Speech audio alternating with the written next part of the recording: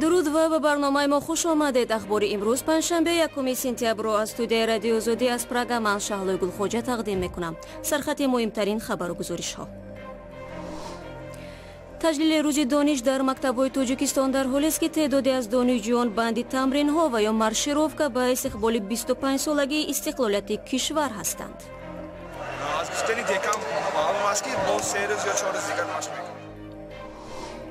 дар рӯзи таҷлили истиқлоли Қирғизистон ҳукумати ин кишвар ваъда дод ки барои раҳоии 4 қирғиз аз асорат дар Узбекистон талош хоҳад варзид. ҳазорҳо марди тоҷик дар Русия оилаи нав бунёд намуда дар ватан оилаву фарзандонашонро фаромӯш карданд. муносибаташон ба фарзандое ки дар он ҷо таваллуд шудагӣ тамоман дигар хел барои мактабаш, барои боғчааш, барои хонданаш, либосаш, хӯрокаш нағз нигоҳ мекунанд. аз бачае ки дар ин ҷо мондааст онҳо нигоҳ намекунанд. ва акнун тафсири хабарҳо. раиси ҷумҳурии Тоҷикистон ҳизби мамнӯи наҳзати исломиро аз омилони ҷанги шаҳрвандӣ дар кишвар ном гирифтааст. Эмомалии Раҳмон 1 сентябр зимни баргузории дарси сулҳ дар ноҳияи Данғара гуфт бархе аз муллоҳо бо ташаббуси ҳизби ҳоло манъ шудаи наҳзати исломӣ боиси шурӯъи ҷанги шаҳрвандӣ дар 25 соли пеш шуданд. Президент дар идома афзудааст ки оқибатҳои ҷанги таҳмилии шаҳрвандӣ ки боис ба талафоти даҳҳо ҳазор мардуми бегуноҳ гашт то ҳол аз ёд нарафтааст. сол яке аз дастовардҳои асосии Тоҷикистон дар солҳои истиқлоли ин кишвар аст ва ҳар муассисаи таълимӣ соли хонишро бо дарси сулҳ оғоз мекунад. дар ин бора ҳамкорамон Зарангези Наврӯзшоҳ гузориш медиҳад. чун ҳамеша имсол низ садҳо падару модар дар Тоҷикистон барои аввалин бор бо хушҳоливу ҳаяҷон фарзандони худро ба мактаб оварданд. фақат фарқ дар ин буд ки барои талабагони синфҳои ибтидоӣ имсол ин рӯзи аввали таҳсилашон ба шумор намерафт. кӯдакон аз як моҳи қабл бо қарори махсуси вазорати маориф ҷиҳати омодагӣ ба мактаб ба таҳсил фаро гирифта шуданд. мақомот ин тасмими худро ба он рабт доданд ки аксари кӯдакон дар муассисаҳои томактабӣ нахондаанд ва барои фаро гирифтан ба мактаб тайёр нестанд. барои Фирдавс дар мактаб бештар аз ҳама муаллимааш писанд омадааст. мактаб ба худат маъқул шуд? бале. чиш маъқул шуд? куҷош масалан дарсхонӣ, муаллима чӣ маъқул шуд ба худат? муаллима. барои чӣ? барои ки хушрӯӣ ёд медиҳад. ҳарфу ҳисобро аксарият дар ин синф аллакай медонанд. тарзи дар дарс, рафтору суҳбат карданро ҳам. солҳои пеш дар ҳақиқат ҳафтаи аввал мо фақат инҳоро ба худ ҳамин хел ҷалб мекардем. ҳозир бошад аллакай инҳо тайёр ҳастанд. аз соли нави таҳсил омӯзгорони синфҳои ибтидоӣ дар мактабҳои Тоҷикистон бо усули нави таълимӣ ба кор шурӯъ хоҳанд кард. усули таҳсили салоҳиятнок ба гуфтаи омӯзгорон ва масъулини вазорати маориф як шеваи муосири таълимӣ аст ки дар инкишофи нутқ ва фикрронии мактабача мусоидат мекунад. имсол дар рӯзи дониш 1 сентябр ҳудуди 200 000 наврас барои аввалин бор ба мактаб рафтанд. волидон имрӯз аз як сӯ аз он хушҳол буданд ки фарзандонашон ба синни мактабӣ расиданду хатту савод меомӯзанд, аммо бархе дар як кунҷи дил бо таваҷҷӯҳ ба синфхонаҳои пур ва мушкилоти дигари соҳаи маориф аз ояндаи фарзандони худ ҳам нигаронӣ мекарданд. мактаб барои чӣ мактаб меомадӣ? дарс мехонам. дарс мехонӣ ба кӣ мешавӣ? духтур. бо ин ҳам волидон аксарият бо умеду таъкидҳои зиёд ба фарзанди худ онҳоро вориди синфхонаи мактаб карданд ва хеле мехоҳанд ки ҷигарбандонашон аз он ҷо бо майнаҳои пури дониш берун шаванд.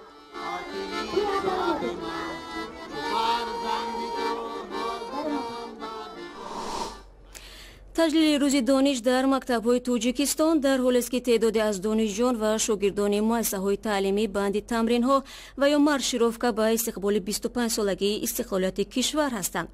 тамринҳо барои раҳпаймоиву намоишҳои театри кунонидашуда ва гашти низомӣ ҳанӯз аз 3 моҳи пеш оғоз шуда буд.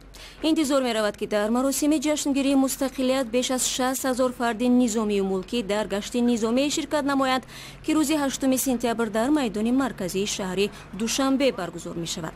дар навбати худ раёсати санъати вазорати фарҳанги тоҷикистон иттилоъ медиҳад ки субҳи рӯзи 9 сентябр ҳудуди 50 000 донишҷӯ талабаҳо ва кормандони ниҳодҳои давлатӣ аз хиёбони рӯдакӣ то исмоили сомонӣ раҳпаймоӣ хоҳанд кард. аммо баргузории маъракаи асосии таҷлили истиқлолият дар шаҳри хуҷанд дар назар гирифта шудааст ки дар он ҷо ҳам донишҷӯёну хонандагон ва кормандони муассисаҳои саноативу кишоварзӣ ҷалб шуданд. гузориши Абдулло Ашуров ва маъсуми Муҳаммад Раҷабро тамошо мекунем. садҳо донишҷӯёну кормандони корхонаву муассисаҳо ҳар субҳ дар шоҳроҳи назди кохи матбуоти Хуҷанд раҳпаймоии ҷашниро тамрин мекунанд. дар марҳалаи ниҳоии машқ کارگران مؤسسه و کارخانه ها نیز اشتراک دارند، ولی صف‌های از همه بیشتر از دانشجویان است. مبین وهابزاده دانشجوی دانشکده پلی‌تکنیکی دانشگاه تکنیکی تاجیکستان در شهر خوجند در صحبت با خبرنگار آزادی معصوم محمد رجب گفت که در نمایش جشنی پرچم ملی بالای سر صف راهپیمایان خواهد بود. از بیشترین دیگه معلوم است که با 3 روز یا 4 روز دیگر مشق می‌کنیم.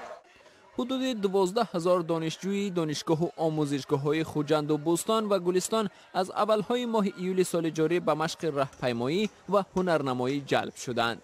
برگزاری مراسم تجلیل از جشن استقلال در خوجند بعدی برگزاری معرکه اساسی در دوشنبه با شرکت رئیس جمهور در نظر است. روز برگزاری اعلان نشده است، ولی حدود 2 ماه باز خوجند برنامه خاص کاروان 25مین سالگرد استقلال تاجیکستان را برای روز جشن به معرض تماشا گذاشتن آمادگی میگیرد. زینوره رستمова امسال به کالج طبی داخل شده تحصیلش را به تمرین راهپیمایی آغاز میکند. امروز نوبت شما کم میاد. ساعت‌های 11 تیاری به درس خواندن چطور سال اولی تحصیل؟ بسیار زود.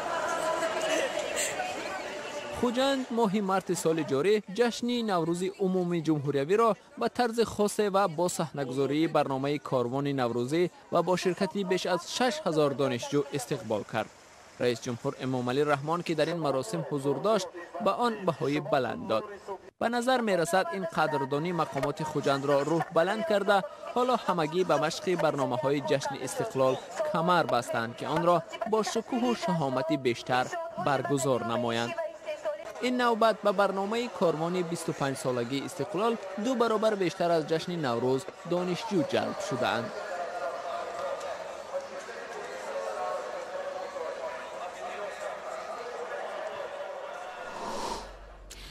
امروز جمهوری ازبکستان 25مین سالگرد استقلالش را جشن میگیرد. شام روز 31 август در عرفه تجلیل استقلال ازبکستان گوینده تلویزیون دولتی این کشور پیام تبریکی پرزیدنت اسلام کریموف را قرائت نمود. 4 روز پیش حکومت ازبکستان اعلان کرده بود که پرزیدنت اسلام کریموف با سکته مغزی به بیمارستان انتقال یافته است. این خبر باعث آوازه و تخمین‌های زیاد درباره وارث تخت ریاست جمهوری بزرگترین کشورهای آسیای مرکزی شده است. در این روزها ازبکستان که با همه کشورهای آسیای مرکزی هم مرز است با قرقیزستان روی یک منطقه سرحدی بحث دارد.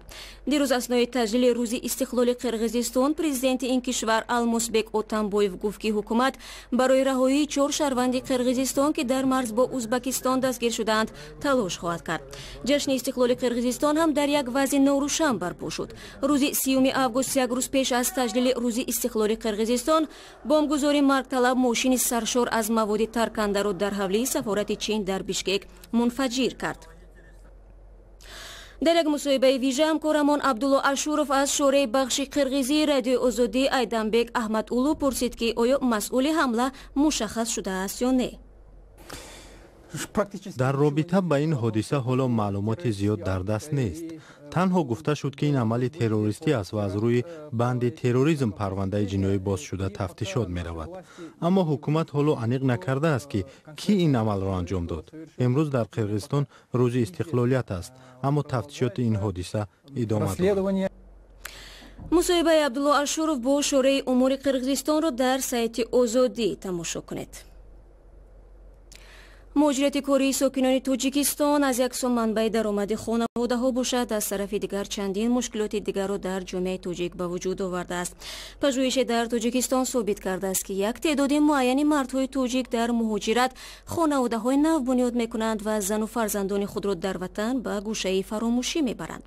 طبق حساب‌ها هزارها زن و کودک توجیک امروزها در انتظاری شوهران و پدران مهاجر خود ماه‌ها و سال‌ها را پشت سر می‌کنند و بار گران روزگار را در تنهایی میکشند. گزارش همکاران ما در این باره.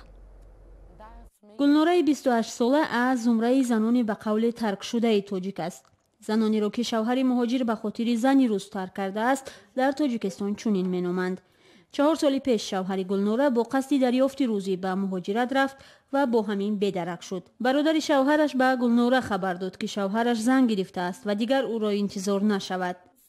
خیلی زن گرفت بچه داره برنگمی چه خیلی که زن گرفت همیشه بچه داره پرتاف رفت همونجا هم زن گرفت زندگی داره. 3 سال انتظار شدم نمی آخر سال فهمیدم ده من نمیدونستم. بعدا دقیق شد که آنچه برادر شوهر به او گفته است حقیقت دارد. این خبر او را از زندگی ناامید ساخت و قصد جان خود کرد.